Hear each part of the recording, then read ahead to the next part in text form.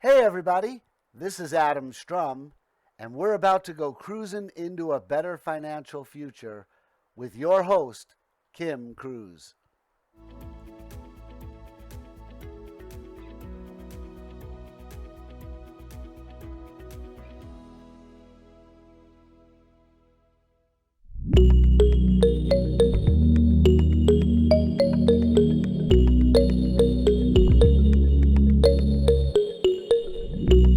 Hey, everybody, it's time to go cruising into a better financial future with your host, Kim Cruz. Thanks, Adam. I am Kim Cruz. I'm a wife, a mom, daughter, sister, friend, entrepreneur, and business owner of Cruz Credit Consulting, but not necessarily in that order. I have over 30 years experience in corporate America and a passion for helping people succeed in all areas of life. And I'm joined by my friend Adam Strum, who is the brains behind this production. Adam? All right, Kim, I haven't said this previously, so I'm going to say it this time. You're doing too much. But keep it up. But keep it up, please, please. Whatever it You're takes. my friend, my co-host, and my business partner, and I just love that you take everything on and just juggle it so efficiently and so well. So I just want to say thank you for all you do. Oh, well, Um, thank you. Thank you. so about me, I'm Adam Strum, owner of Financial Rescuers, co-CEO of U.S. Financial Alliance, 14 financial companies all put together so that we can help everyone with every aspect of their finances. And of course, I am now involved in several new network marketing platforms. And then, of course, I have my little strategic on target strategies company that helps small businesses get started and not get distracted in their first year of business. So I'm also juggling an awful lot. I tried sleeping once, it didn't suit me, so I just don't do it anymore. Starbucks loves me. Anyway, that's me. I'll pass it on back. And you've been doing this for over 20 years and you help people get out of debt and improve their financial health. So kudos Nonstop for to 20 you. years. And together we review our listeners' financial problems and address them with our experience, tips, tricks, and resources of network referrals to help you cruise into a better financial future. And we have an amazing resource available with us today. Miss Leah. Yeah, today we have one of the experts to the experts. Okay, how's that for different? An expert to the experts. The experts I'm speaking of are CPAs. Now, not everybody knows what that means. Most people do, but a CPA is a certified public accountant. It means you've passed a licensing test and other forms that have to be filled out in order to get that title. Every state is a little bit different. They all have different requirements. But let me tell you, if you're a CPA, you know numbers. There's no doubt about it. And if you're a CPA, our guest knows you. And the reason is that she calls herself the money doctor. You can find her on LinkedIn. She works with CPAs to get them to their full potential. Her job is to turn that one guy who sits in a small office with maybe a secretary or maybe he does it himself into a much bigger conglomerated business because he's not maximizing his potential being all by himself in an office. Now, that being said, I call her something completely different. She may think she's the money doctor. I call her the CPA whisperer. Ooh. Um, so let me introduce you all to Leah Garcia. Yay, Wow. Leah. Thank you so much, Adam, for that amazing introduction. And to be really transparent, I've been looking forward to that. I've been watching your previous episodes, and I know you do a great job edifying your guests. So I was really excited for that. Thank you so much. It's You know, my pleasure. thank you. And my name is Leah Garcia, and I am the money doctor, but I didn't start here. I actually grew up in the east side of San Jose on food stamps and welfare, poverty area. And, I saw this commercial on television. I was 5 or 6 years old at the time. And the announcer said, if you spray Windex on your windows, your whole world will sparkle. And I begged my mom for Windex. You know what? I believe I was put on this earth to help people reach their fullest potential and put that sparkle into our financial services, right? Make it sparkly and much more fun and exciting. And I do work with CPAs. You're right, Adam. I definitely do. And what I do for CPAs and tax professionals is I help them to have provide a more proactive and holistic value to their best clients. That's huge. It's tremendous. And how do I do that? I do that by using a team based model. You know, I always say I don't have to be the smartest person in the room. I just have to know the smartest person in the room.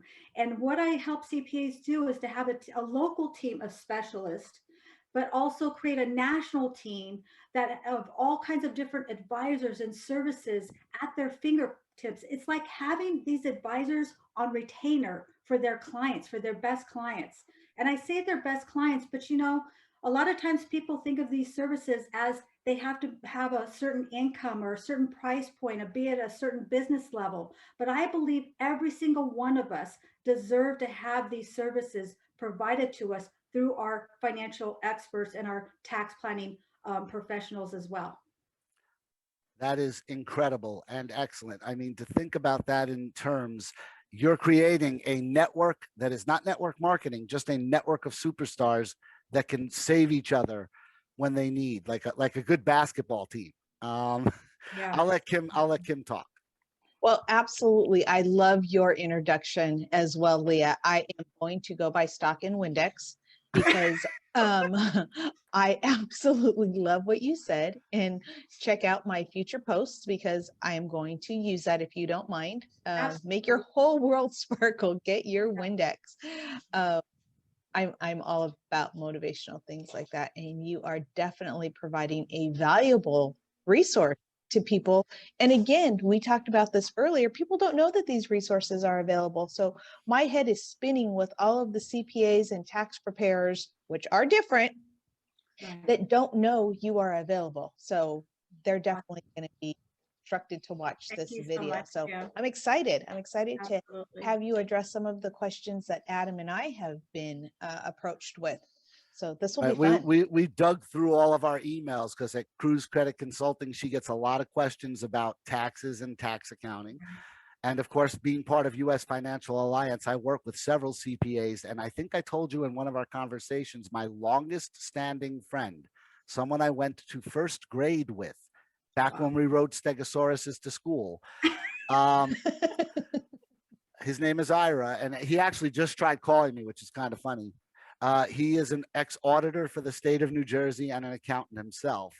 And so, you know, it's something that's near and dear to my heart, is accounting. I do numbers in my head. Kim's seen me do it. My wife hates me for it and loves me for it at the same time, because she'll tell me I have to buy X, X, X, and X. And I'll be like, well, with the tax or without the tax? What do you want to know? So, you know, I just love what you're doing, though. And I'm going to tell people a little secret that Kim doesn't even know. And that is that Leah is an inspirationist as well. And Wow. we've texted back and forth a couple of times already and brightened each other's days early in the day where, you know, hope your day is one of the most fruitful in a month, that type of thing. And it always comes at just the right time. So Wow. Leah's an inspirational speaker, a motivational speaker, and just like I said, she is the CPA whisperer, because those people don't tend to listen to a whole lot of people. Thank you Um, so much, Adam. I am so humbled right now. I mean, I'm just like, I receive those words, and truly because of my background, it is my intention to reach back to the community and give back and inspire others, other young boys and girls who have those goals and dreams, but they just don't know that they can achieve it. They don't have examples in their life. So thank you so much. I'm really Oh, it's humbled. my pleasure. I have a similar background. My mother was disabled from the point where I was 11 years old. So I come from a disability household that received food stamps and Medicaid. And I've learned how all the programs are broken in every possible way. You know, how they're a trap. We've discussed it on other episodes, how the programs need to go away. I'm still working on my special, and I think you're going to be a perfect guest to be on my special program that I'm going to do on universal basic income and how it can solve the capitalism problem that we have in America. We're not doing capitalism, we're doing crony capitalism, and it's going to fail because it always fails when it becomes crony capitalism. When you don't allow new people into the market goes stale and it collapses. And, you know, I'll get into that another time. This episode is not about that.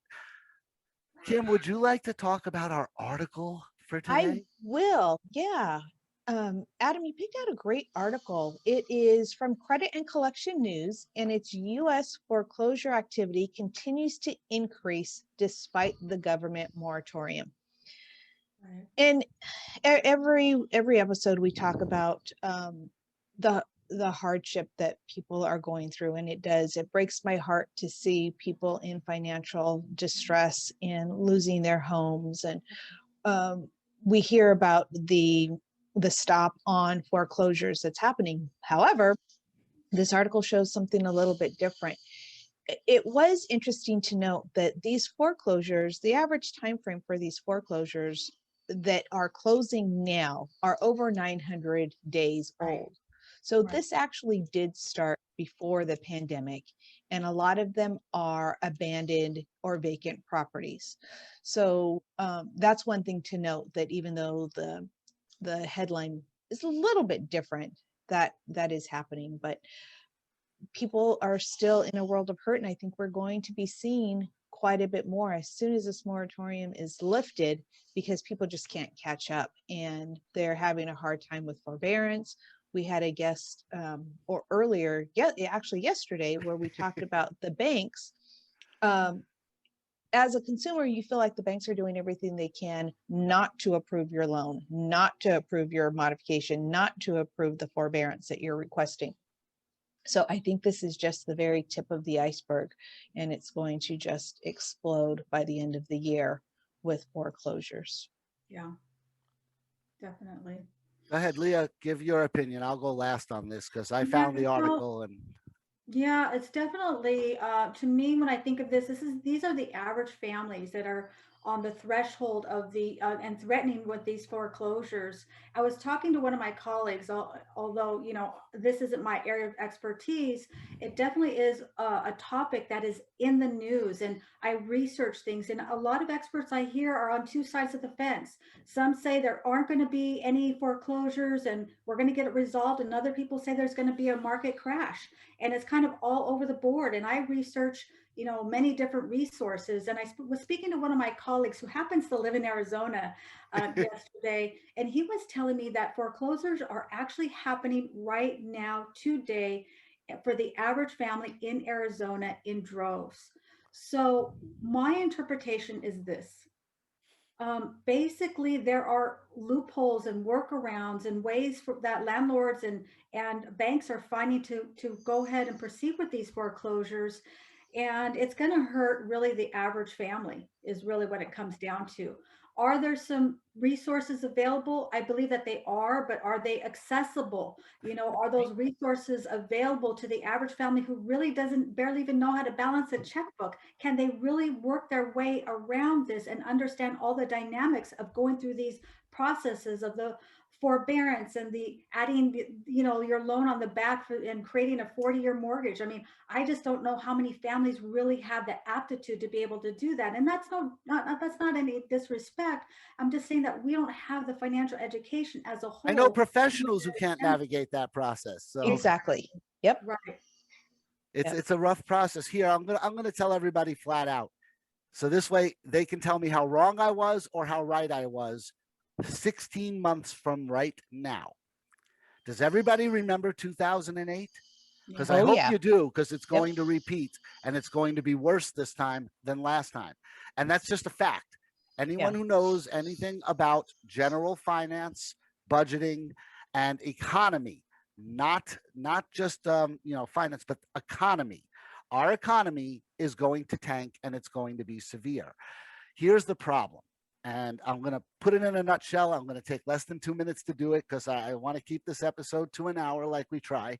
But the facts are, if you haven't seen the movie The Big Short, I more incredibly recommend that than any movie on earth. Yeah.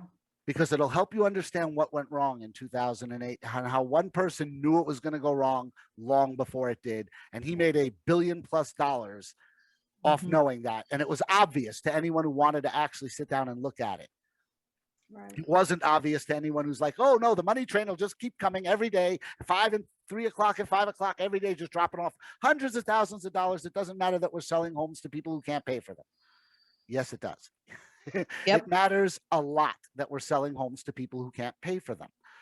I won't even get into the eviction side of this. We're only talking about the foreclosure side. So if you read the article that I found, here's what I found stunning about it. They're only talking about abandoned properties, and the percentage is higher foreclosing on abandoned properties than it was foreclosing on all properties 3 years ago. Now, just imagine there was no moratorium. Mhm. The foreclosure rate would be higher than it was in 2008 right now. If they were allowed to foreclose on everybody who's in default right now, the court would be backed up a year with cases of foreclosure to process. Right. Yep. It's insane. And Leah pointed it out, and you pointed it out, Kim, as well, that the process to save your home is very, very difficult without filing for a Chapter 13, not a 7, a 13 bankruptcy, which will hurt you in a whole bunch of different ways, but it may save your home. And if saving your home is your goal, you need to see a bankruptcy attorney about that Chapter 13. It might be the only way to stop the foreclosure when the moratorium ends. Now, the government claims it's giving out money to help these people to catch up on mortgages, but it's an application process with 842 pages. It's written in a mix of Chinese, Aramaic, and Sumatran so that no one can read it unless they have degrees in all three of those languages. And the banks look at it, and the minute they see an I that's not dotted, oh, you need to do it all over again. Right. So the banks are not helping anyone, not even the biggest corporate people with this, because they want the collapse. The collapse means they get to steal hundreds of millions, if not billions, of taxpayer funds for the 5th time in my lifetime. That should stop happening. And this is not political. This is strictly economic. I don't care if you're a liberal, a conservative, a Dem, a Republican, an independent, a Martian, a Jupiterian. Doesn't matter to me what planet you come from. Numbers don't lie. Economics are the same for Republicans as they are for Democrats. The economy suffers when we go through a foreclosure crisis. Right. Yep. Okay. The whole economy. So it doesn't matter if you're Jeff Bezos or the homeless guy living under the bridge, it affects both of them when we have a collapse. Now, the pandemic was not an economic collapse. It was an economic slowdown. And there's a big difference. The richest of the rich actually made tons of money in this pandemic, while everyone else has lost tons of money. And that's where it went. It went from those of us that work hard to those of us who don't work hard, who already have the whole system built in place. They cashed in. Mm-hmm. That has to stop. That has to stop. We're going to keep having this cycle every 20 years until it does. If it wasn't the pandemic, something else would have caused this. Right. This was coming regardless of the pandemic. And that's the part I have trouble explaining to people, is that the foreclosure crisis we're seeing is because we have stagnant wages and inflation. Now, Leah knows exactly what I'm talking about. So here it is in the most basic terms possible. You go and you buy a home. Your mortgage is $1,200 on average nationwide a month. You have a $50,000 a year job. That means that a quarter of your pay before taxes is going to your mortgage. And that's fine. People do live like that all the time. In fact, 95% of Americans live that way. But what happens as the cost of living, all the other things other than your mortgage, which is set in stone, it's not changing. What happens when your property taxes and your insurance rates go up, and the cost of your food and the cost of gas and the cost of clothing all go up, but your pay doesn't? Eventually, that 50,000 gets eaten up by all the peripheral things around you, and you barely have enough to make your mortgage payment. And that rate of inflation, even though it's very low, it's the lowest in history, it's still 3 times what wage increases are. So in other words, things are going up faster by 3 times as fast as wages are going up. There are people today who are literally making comparatively less at the same job they had 35 years ago because of the fact that the cost of living has gone up so much and their wages have only gone up a little bit. There's a CEO, I forget his name, that was on a podcast I was listening to the other day, who's recommending a $70,000 a year minimum wage to anyone who's employed on a W-2 job. Leah, you saw this, right? Yeah. Long-haired guy. I can't remember his name. Brilliant guy. Brilliant. That was a great podcast. And he actually relinquished his salary to ensure his employees could do that. Yep. And not only that, but he proved economically on paper that doing that will actually make businesses more money. Wow. If they give $70,000 a year to every employee, they'll make more money. They won't lose a penny. They'll actually turn a bigger profit. Mhm. It's the Henry Ford theory. If I pay my employees enough to buy a car, they're all going to buy a car from us because they have loyalty to the company they work for. Right. Right. So there you go. That's my rant for today. I'm done. We have And I some. can go on ranting about California because California is so Oh, different. I mean, and Leah, you're in California as well, but a 3-bedroom house, $750,000, 3 bedrooms, that's 1,400, it. 1,500 square feet. When did it get so cheap? In New York, Yeah, that would be 1.7 million. exactly. And we're Both ends, talking in a bad both neighborhood. ends. California and New York. It's Yep. just outrageous and crazy. So And then a couple of dots in the middle, like Chicago and Miami. Yeah. And for our California listeners, the $100,000 home, that's not happening, but yeah. not unless it's And prefabricated. and you're looking at a minimum of a $3,500 house payment out here in California. So just absolutely ridiculously crazy. But anyways, another time, I'd like to have a guest come on and talk about foreclosures. That would be amazing. I'd love Process. to have an economist on one day Yeah. so that I can really dig into the meat of economy versus budgeting, because the two are Yep. nothing like each other. That being said, we have the biggest expert that we've had in a while sitting right here smiling back at us. And we have some questions from people that have emailed me, that have emailed Kim, that have emailed the show. It comes from all three sources. And these questions are from all over America. And Leah, I know you're going to love answering these questions because they're stuff you deal with on a daily basis. And Kim is going to ask you the first one, and we'll chime in as well because I do know a little bit about the industry, as does Kim. And we're going to have some fun with it, but we're going to get these people stuffed with knowledge so that they never have to ask this question again. Sound good? Sounds great. Cool. Then Kim, let's go with that first question. This is a fabulous question because most people don't know the difference between a CPA and a tax preparer.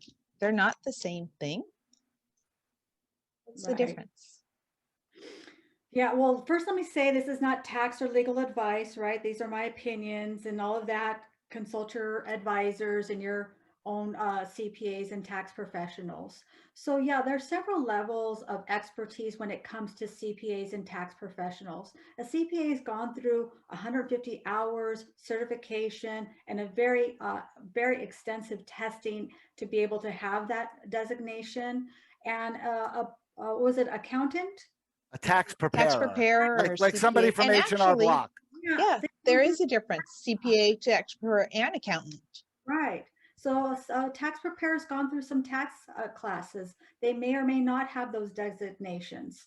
So it really depends. I mean, it really depends on what you're trying to accomplish. Are you a basic W-2 employee with, just basic income and not expecting any income fluctuations, and you're not doing a lot of investments? There's no side hustle, no side career.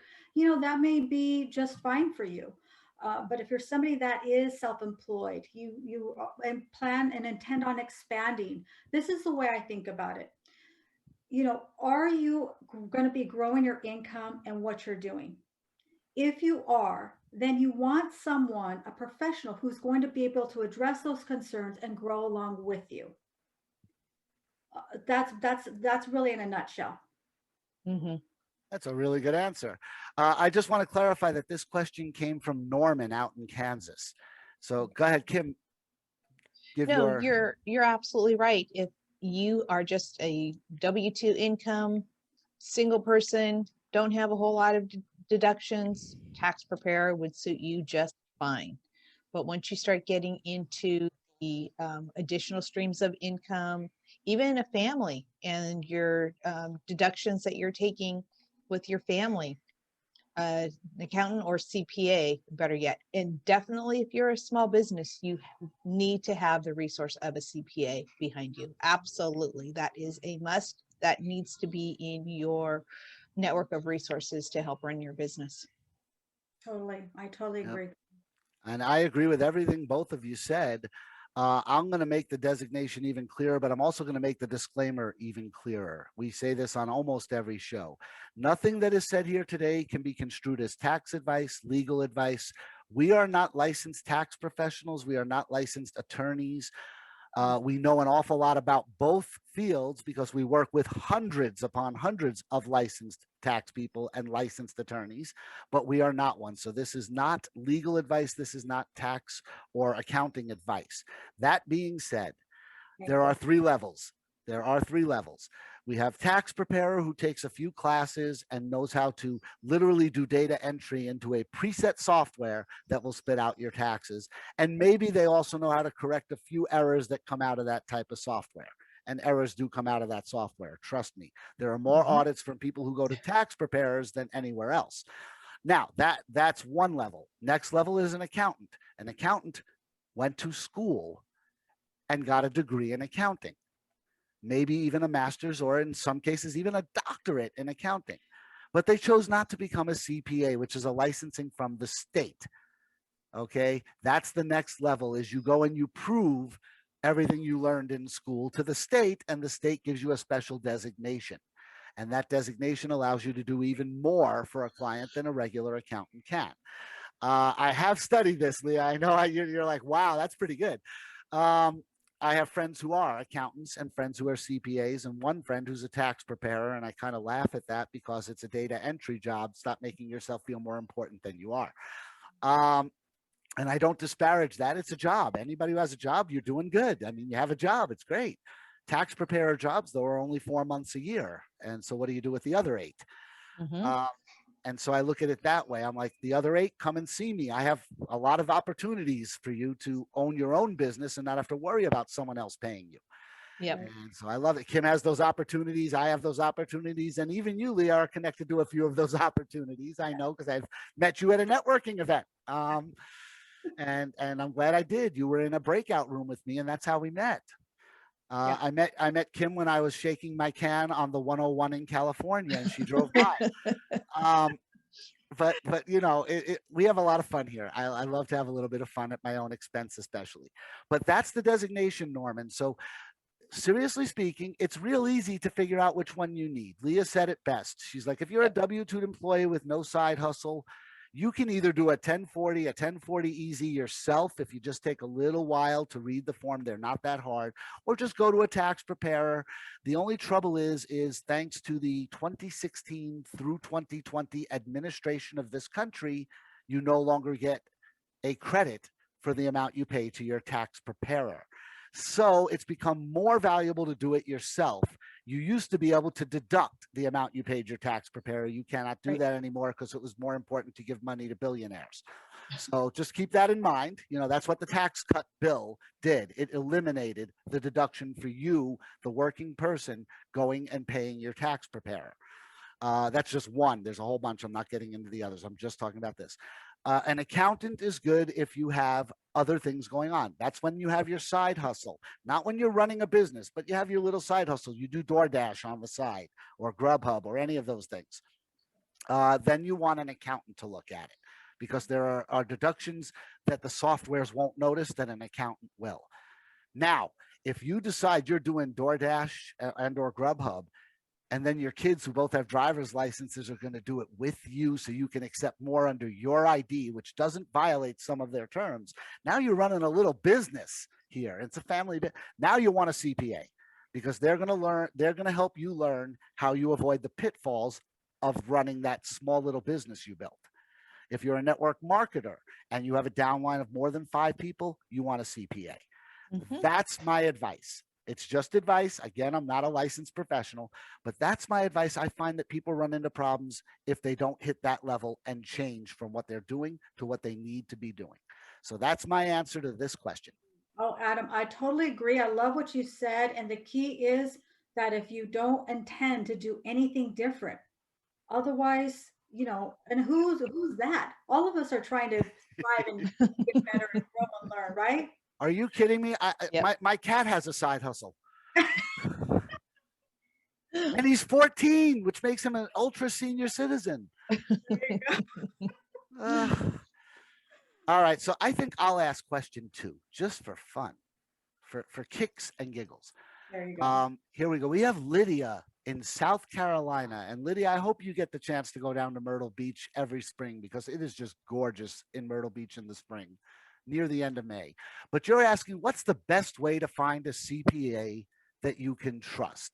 And that is an incredible question, because as we've seen in the news many, many times, there are plenty of CPAs that you really can't trust, that want to maximize for you. They go beyond the realm. And when they do that, not only do you get in trouble, they get in trouble. And it's not your fault that you're getting in trouble, it's theirs. So I understand your question. I take it to heart. I'm giving the first answer here. To find a CPA you can trust, there are two really important things. A, make sure someone you know and trust has used them before. Word of mouth when it comes to a CPA, like with an attorney, word of mouth and knowing that they've helped someone who you know is the best way to find someone that's going to suit you properly. Don't trust Yelp. Don't trust these. Go to a specialized review service, one that's specific to CPAs. That's the other way. There are two websites for lawyers that are just for lawyers to comment about lawyers and clients of those lawyers. And those two websites, I'm not disclosing them right now because we're not talking about law, but there are also specialized sites that report on CPAs, how long they've been in business, whether they've ever had an ethics complaint, et cetera, et cetera. The same way you do a Carfax for a used car, definitely do a little background checking on a CPA before you hire them. Yep. And that's my short answer on this, and I'll pass the ball to Kim. Well, you need to interview your CPA, and word of mouth is great. Having referrals, that's an excellent source to find people that you need, but you want to interview them. But one of the biggest things is not only you asking them questions, but them asking you questions, because they want to make sure that they are covering your entire business and they are giving you the biggest benefit that you can possibly take in your business. So I think it's very, very important in the interview to make sure that they're asking you questions about your business so that they see the whole picture, not just the information that you are giving them. So that's my 2 cents. See, I agree wholeheartedly. I just want to slip this in there. It's like going to the psychiatrist or psychologist, and you get someone who just sits there all day going, and how does that make you feel? But never gives you any advice. That's a bad Exactly. psychologist or psychiatrist. You need one that asks that question once in a while and then gives you feedback based on your answer. Same with a CPA. Leah, go ahead. You're the expert on this. Tell us more about how we can find a CPA we can trust. Yeah, I totally agree with both of you. Those are amazing answers. Kim, I love that you said also that they should be asking you questions. That is so, so key. And I'm going to give you 5 points, if I may, right here on what you look for in a CPA or tax professional, right? Number one, are you working with somebody who is proactive? Are they going to look at not just you right now, but in the future? If you're scaling your business, you plan to, expand or change jobs or careers. So are they just going to be looking at the past, or are they going to be helping you to plan in the future? Are you going to be buying and selling and, getting into a different industry perhaps? So, and number two, you want somebody who is going to look holistically at your financial situation. And let me give you this example. Think of this like a doctor, right? Just like a doctor. If you go to your GP, your general practitioner, and then they tell you that you need to see a cardiologist and run a bunch of tests, and that general practitioner never speaks to the cardiologist, they never look at the test, they never look at what came out of that and what diagnosis came and the prescriptions and all that, and they go ahead and continue to facilitate your medical needs just by their own limited knowledge. How well will that work for you? It wouldn't. Wow.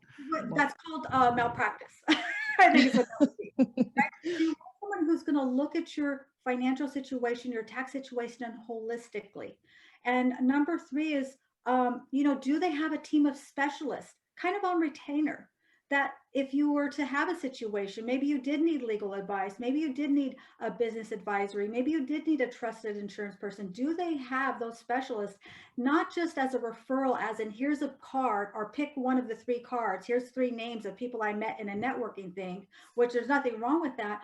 But I want somebody who has relationships with these professionals at a local level, people that I can still in touch, and then you get those endorsements from that CPA. And then also, is this somebody who's going to be able to work along with you long term? If you're 23, just starting out in the business, and your CPA tax professional is 75, ready to retire, is that a good match? Probably not. So you want someone that's age appropriate.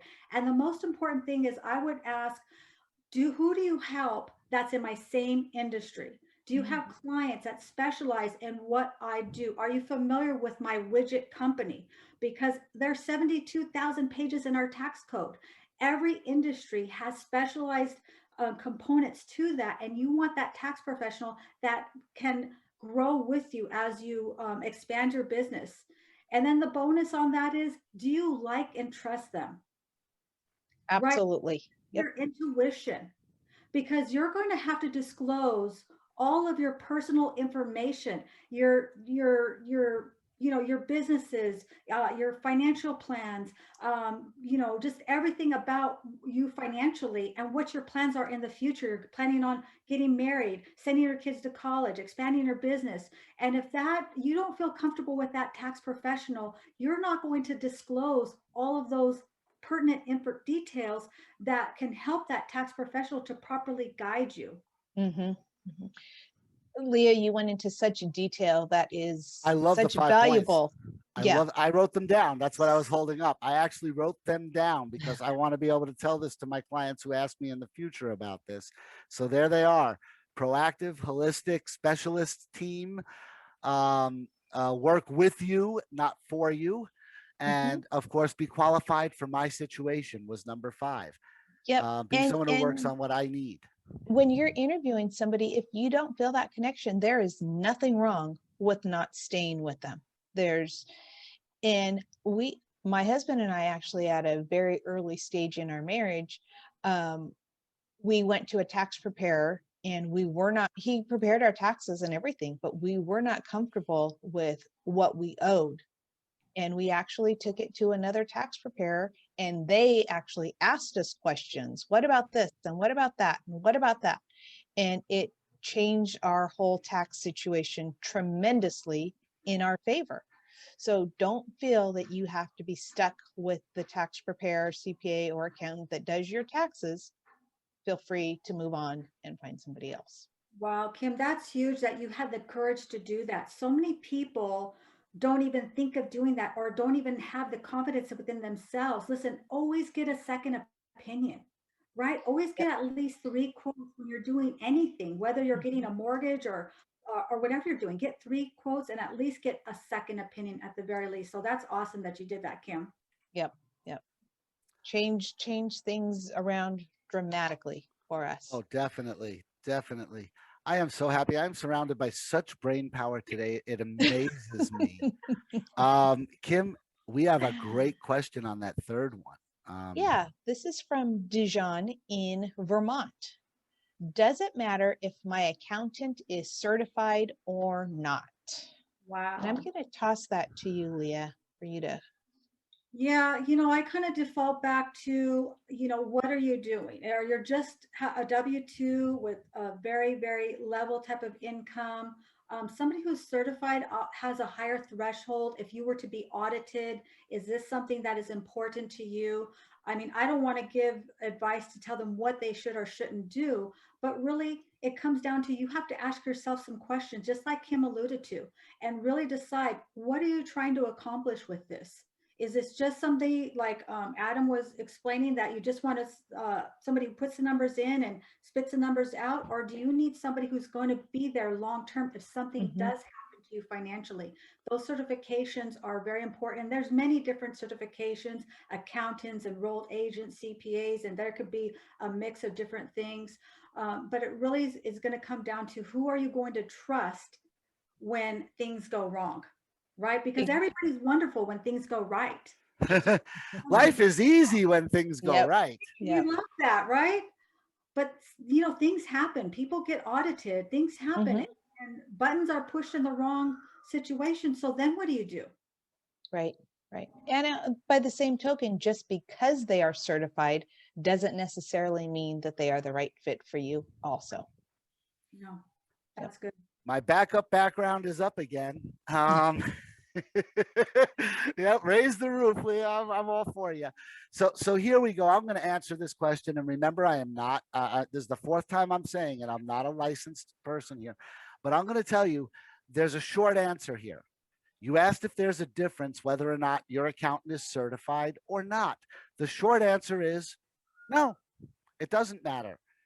The long answer, however, is if you want them to adhere to a stricter code of ethics and you want them to adhere to a different style of practicing accounting, which is certified by whatever state you're located in this case, Vermont, you want a CPA, you want a certified public accountant because they've agreed to follow what that state finds to be the most effective form of accounting. There are many different types of accounting. So the short answer is no, it doesn't matter unless your circumstance dictates, like Leah and Kim said. But the long answer is it does matter if you have a complicated tax structure or tax return, because there's a much stricter code of ethics. When you're a CPA, you could lose your licensing as a CPA if you don't adhere to that code of ethics. So Right. there's your short and long answer. And then, of course, there's this.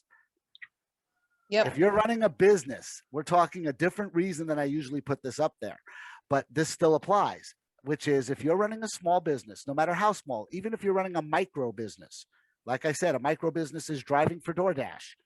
You're making maybe $30, $40 a night extra money for the 2 hours that you would have watched TV, which is cool. You know, everyone should strive to better themselves. That's great. I don't disparage it at all. I've driven for DoorDash. That being said, life happens, be prepared applies to your taxes as well.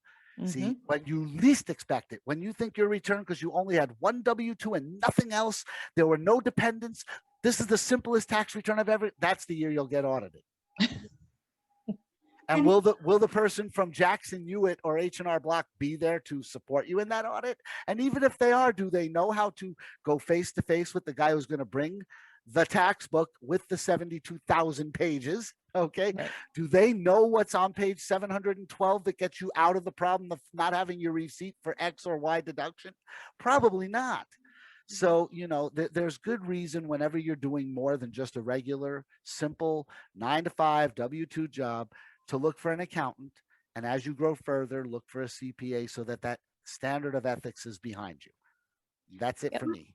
I love what you said, Adam. And one thing that I really would add to that on the other side is if you're self-employed and you are a small business owner and you intend to explode your business, this will happen literally when you're least expected. So I would encourage you to develop those relationships, those professional relationships before you actually, your business does explode, because when that happens, you don't want to be scrambling to try to find a professional and then, or suddenly there you are and you have to go to anyone, somebody that may not be the best suit for you. So start doing your research in advance, assuming that you are going to have a successful business, right? I always believe in active as if, right? Okay, so that's Kim's creed, is you need it before you need it. Yes. Yes. We talk about that a lot, and Kim has said that. Like I say, there are certain catchphrases that I have. That being said, I say that at least once every episode. And Kim says you need it before you need it. Pretty much every episode is also credit you need before you need credit before you need credit. And if you don't understand that, give me 10 minutes and I'll explain why you need credit before you need credit. There you go. Yep. So, so it's really funny that you had brought that up, because that's Kim's approach is you need it before you need it. Let me show you why. My approach is you need it before you even know that you need it. And I can show you why too, but it takes a little longer. All right. So I've got the fourth question lined up here, and it's going to be like throwing a baseball, but like a slider, because this is a complicated question. It comes from Jessica in New York. Just like a true New Yorker, she qualifies her question in like 3 ways. I'm from New York, so I can make fun of that. She says, am I better off with a CPA firm or an individual CPA? She's a network marketer, so she has a small business. Wow. So that it like, what did Adam say? Called it like a slider. Yeah, that's a pretty long, could be a long, complicated answer. I'm trying to make it really, really simple. If you have a basic business and you like the CPA that you're working with, the tax professional you're working with, then I would say you're probably okay. But if you intend to expand and you need other resources, other expertise, like I said, it's having those expertise on retainer, meaning that you're not putting out those dollars to have those professionals there in the background waiting for you. That CPA has already developed those relationships and they're there in-house. And that could be a tremendous benefit, that if you need that tax or legal service, they can walk you across the hall and not have to send you down the block to somebody that maybe they don't know and trust. My So, turn. yeah, okay. So that's my 2 cents. There you go, Adam. Yep. I'm going to invest that 2 cents. Call me back in 20 years. It'll be $1. There you go. Kim, you're up. Well, you're absolutely right, Leah.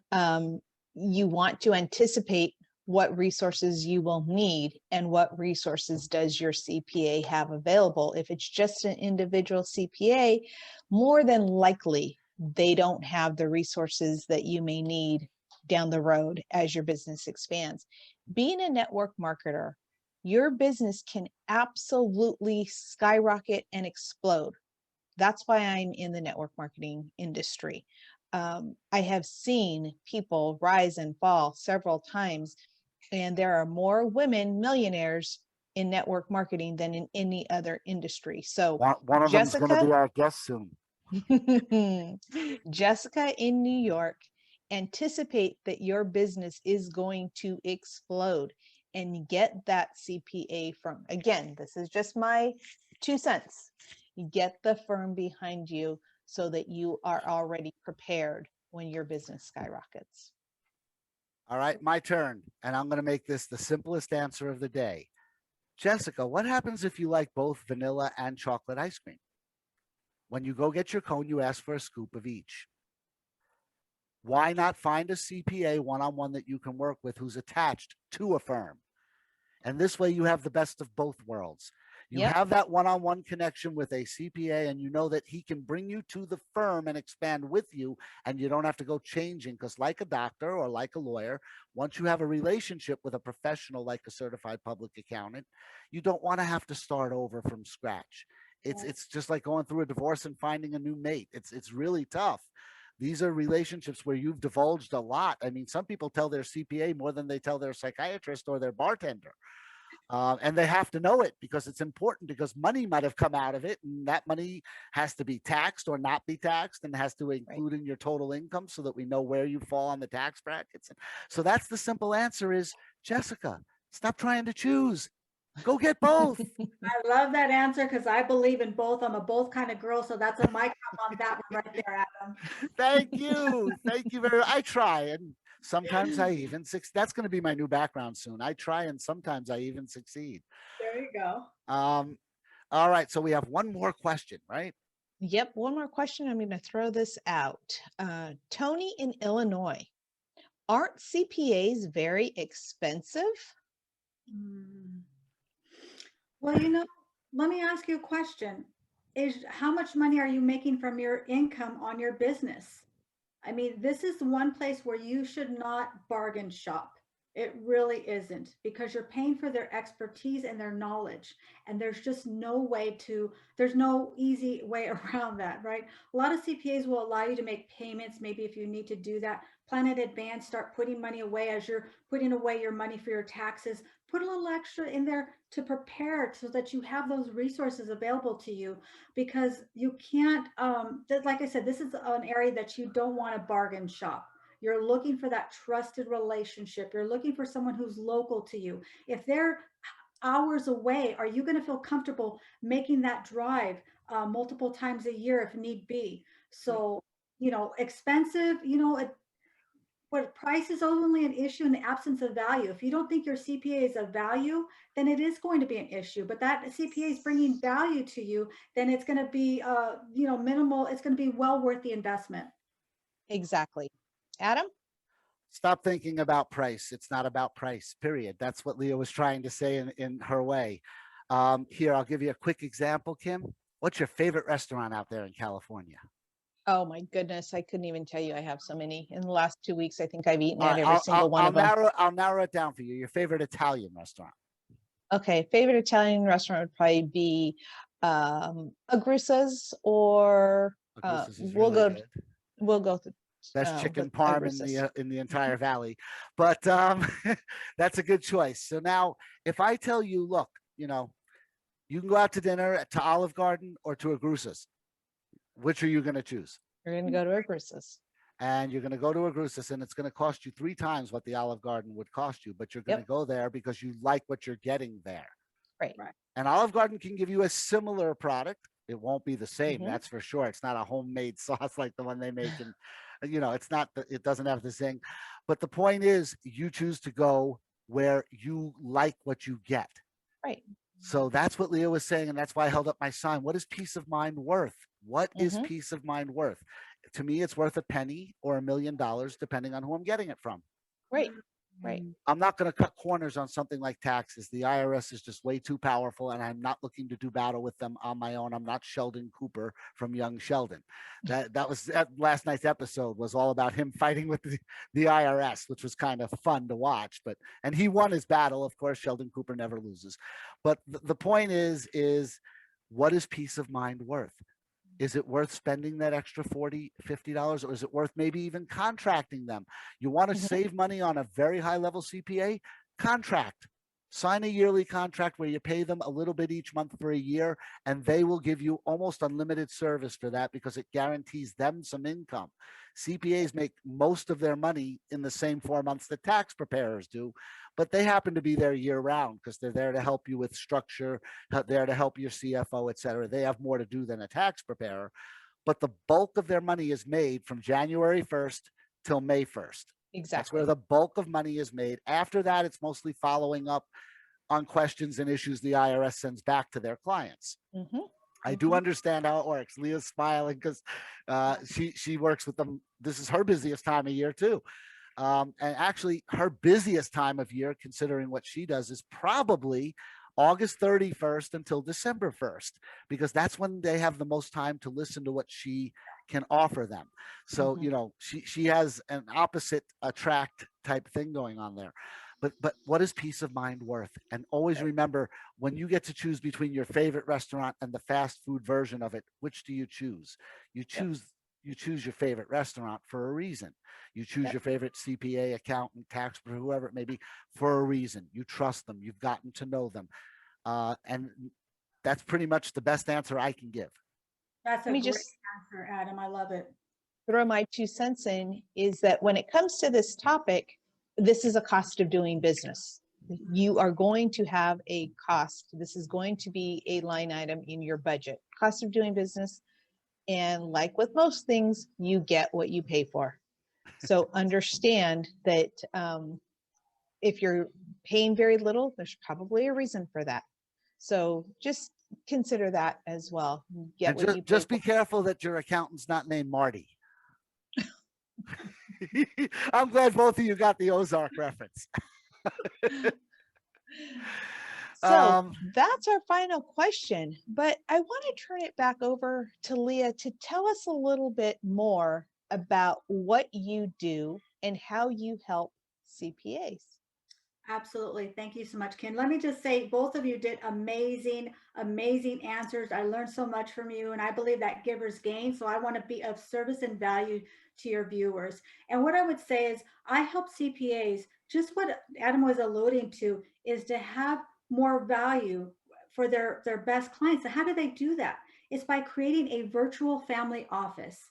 And you might have heard this term before, and a lot of people think that's for the high echelon, the upper, income earners. But us as individuals, as the everyday person, can have that value provided to us by our CPA who's willing to create this for you. So think of it like a little circle here. You're in the middle, you're the client with your CPA. And that CPA should have resources like insurance persons. They should have wealth management services. They should have legal services. They should have business advisory services. And they should have tax planning services, not just the CPA, but the bookkeeper, possibly an accountant, and things of that nature. And if you're working with the right CPA who has those resources, as your business explodes, which we intend it to do, as things change within your household, that CPA is going to be able to grow with you and have those resources there available to you. A lot of CPAs think that they shy away from it because they might think that, they don't want to be recommending people. This isn't that kind of a situation. We're not recommending people. We're coming alongside the CPA to bring these resources to them, again, at a local level. So their resources right there in their geographical area, but also to have access to national specialists, because there's no way for any one person to know every single thing. I don't know every single thing. No CPA knows every single thing. Right. There's 72,000 pages in our tax code. But if we can leverage these resources and you have access to those resources, how powerful is that? People think I know a lot. I don't even know enough to fill a Dunkin' Donuts coffee cup. And I'm smart enough to know that that's all I know. But you know some magic tricks, though. So I want to see some of those magic tricks one of these days, Adam. I promise. I did one on Zoom for Kim one day, and then she learned it from me and did it, and it worked when she did it to her son. So, What? yeah, well, it's a really cool trick, and I promise we'll have a show where I do a couple. There you go. In fact, I have a magician on next Thursday. Yes, we He's a do. professional magician, Ken Newman, and he and I may both do a trick in that episode if I can talk him into doing one. I will definitely be tuning into that one. Excellent. Go ahead, Kim. I was just going to say, Leah, you're offering such a great service. Like I had said from the very beginning, I have so many CPAs and accountants and tax preparers that I am going to reach out to and say, you need to listen to this episode because it can give you so much value with them expanding their business. And I believe with what you offer, it's just a natural progression for their business to expand when you get involved. Absolutely. Yep, Yeah. she- And she's I'm sorry, go ahead. Leah's the fuse on the rocket that a CPA needs to be sitting on. It's Yes. that simple. Yeah. Leah, let me drag some info out of you here. Absolutely. Company name. I'm sorry? Company name. What I company? work for a World Financial Group, and I belong to one of the biggest divisions, which is Pinnacle Elite. And that's how I'm able to have access to these resources. And by the way, like I said, this is a complimentary service that your CPA could be offering to you by having all these resources under one umbrella. There's no way for them to know every single thing about, buy-sell agreements and, structured installment sales. And there's just no way for a CPA to do that. Let them specialize on the tax planning and the tax laws, and then allow them to have these resources available to you. And it should be an additional concierge that's available. Think about it that way. I love That's that just technology. amazing. Yes, that is perfect. Now, what is the best way for an accountant or a CPA or someone who adds peripheral value to an accountant or a CPA to get in touch with you? Well, absolutely. I'm all over social media, LinkedIn, Facebook, Instagram. My email is leahgarciaceo@gmail.com. You can call me directly, and I'll provide my contact information to you, Adam. Yep. Just reply to that email I sent you with what you want me to put in the description box down on, well, actually it's on this side, down underneath this video. Yeah, one day I'll figure that whole thing out. I don't know if I'm going left, right, up, down. I just go, and where I end up, I'm happy. It's kind of like the Brady Bunch grid. This Yeah. way, that way, up, down. It really is, to be honest with you. But yeah, I highly recommend that if you work in finance. And here's something I know about World Financial Group that is just amazing. So I want to actually highlight them for just a moment. I was on one of their special calls just last night. So was Kim, in fact. Yep. Someone who's been on our show, her name is Kiana Scott, who is a budgeting expert, does the budgeting side of World Financial Group. She works with the Power of 72, which I'm sure you know what that is. And that's her job. And she's a licensed insurance broker as well. We've had Andre Baraka, who's big in World Financial Group up in the Midwest, in the Chicago, Indiana area. And he works on the insurance side more than anything else. But that's what's so great about people who get involved in the World Financial Group family. And that's what it is. It really is. It's network marketing without the network marketing. And what I want to say about World Financial Group is you don't have to know all the products. You have to choose where you want to focus, and they will guide you through where you want to focus. If you want to be the person that helps people plan for their retirement, then that's what you're going to be doing all day, because there's people like Leah that don't do retirement planning. They do CPA work and the tax work. So that's not her. So she'll trade with somebody else in World Financial Group, and they'll send their tax people to her, and she'll send their insurance people to someone else. So it's really a family that boosts each other a lot. If you want to be in a group that doesn't pressure you to network market all the time, but actually wants you to take part in the product and to make the product work for people, World Financial Group is an excellent organization. And we have such an array of products and services. You can make the decision to specialize in one particular thing. If you just love the selling term life insurance, you could do that. But I love doing the whole planning. That's really how my mind works. And it's like a puzzle, right? I love it when I have this puzzle and clients kind of push it away and it looks all messy, and I can get it there and get it all organized and put it all together and hand it right back to them with a beautiful tiny bow. And then you get to see their eyes light up as they finally understand what you've been trying to tell them from the beginning. That is awesome. So sparkly. Exactly. So yeah, you know, I love working with people from World Financial. I've worked with a bunch. I even work occasionally with people from Primerica, which is the only minor competition to World Financial Group. And when I say minor, it's because they offer a lot less services. Right. They're not a bad company. I have nothing bad to say about them either, but they're the smaller version of World Financial Group. World Financial Group is the largest multi-financial company of its kind by far and away. So, you know, I highly recommend people look into it. If you're looking for that side hustle, it's a great place to start, and you'll be able to help yourself and others with your side hustle. It won't just be for the money. It'll be for the feeling you get knowing you help someone figure out whether they should have term or whole life insurance, whether they should help CPAs or tax preparers, you know, and you get a lot of education in World Financial Group. I know a lot of the educators. There's one called 007 that's been on everybody's list, and I happen to know T-Rod real well. And so, you know, for that reason, I'm not a member yet, but I just don't have any time. And you have to have a little bit of time or it's not going to work for you. That being said, there's my catchphrase. Let's get into closing this down, but I want to do it a little differently. Kim, let's go back and forth on this. See, we had all these questions today, and people want to send us these questions, and FedEx isn't bringing them anymore, and DHL only does international. So how on earth are they going to get these questions to us? If anyone wants us to cover a certain topic or answer a question, they can actually email us. You're kidding. Yes. It's that simple? Still works.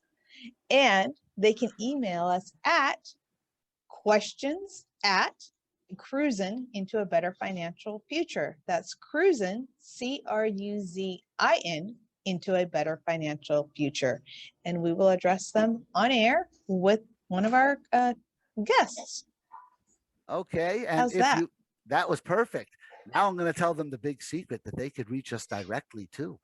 Yep. If you want to reach Kim directly, her contact info, phone number, email are in the description box at the bottom of this video. And if you want to reach me and pick this teeny weeny little microscopic brain I have a little bit, I talk to everyone. I'm very free with my time, even though I take more than 170 calls every day. Yeah, that's my goal, is to hit 170 before my head hits the pillow at night. My contact info, including a direct line, not to my secretary, but to me, is in that description box. And Leah's most popular two ways to reach her, which are Facebook and LinkedIn, will also be in that description box. When I want to reach Leah, I just put up smoke signals, because from where I am in Arizona, she can see the sky over from California, just like you, Kim. You know, I've had that plane Skywrite call me. It works very, very well. You know, I have the Hopi tribe helping me up north. So, you know, it's just wonderful. I love injecting a tiny bit of comedy so we can all leave with a big smile. That's awesome. All righty. So here we go. Leah, I want you to sign off first with us. Thank you so much for this time. It was an honor and a pleasure, and you both made it so fun and enjoyable. This has truly been just such a blessing, and I appreciate both of you so much, and I'm sending you much, much, much success. Thank you so much. And we were so happy to have you on today. Absolutely. I think it's been wonderful. Right back at you. Valuable information that I'm super excited to get to our audience as well. So Now, Kim, Leah's a follower. She has watched most of our episodes at this I point. know. She's Yep. commented on a We few. talked about that. She sent a heart on one of them, which was kind of Yeah. cool. In any case, that means she knows how we close out. So we'll be seeing you next time when we keep what? Leah, what are we going to keep doing? Cruising into a financial future. Pretty close. Let's add a qualifier in there. Cruising into a what future? Better financial future. You There we got it. go. Yay! So everybody, we will see you next time when we keep cruising into a better financial future. Thank you all for tuning in and looking forward to next week. A lot of people will know the names I'm going to name right now. We have two amazing guests coming up next week. We have Rafer Weigel on Tuesday, and then we have Ken Newman on Thursday. So it's going to be a week to remember. For those who don't know, Rafer Weigel is a former morning show host in Chicago for the Chicago network stations morning shows. And then he left them to go work as the sports anchor for CNN. So he's been around the block a couple of times, and now he has his own media production company that is just skyrocketing in fame. And to follow that up, we're going to have singer, songwriter, magician, and solopreneur, entrepreneur, and a man who runs one of the most valuable charities in the country called Blanket the Homeless, Ken Newman, on Thursday. So I am looking so forward to next week. I can't even begin to tell you. They won't live up to what Leah was able to do, but they'll be good. Awesome. All right, everyone. Thank you so much. See you next time. You got it.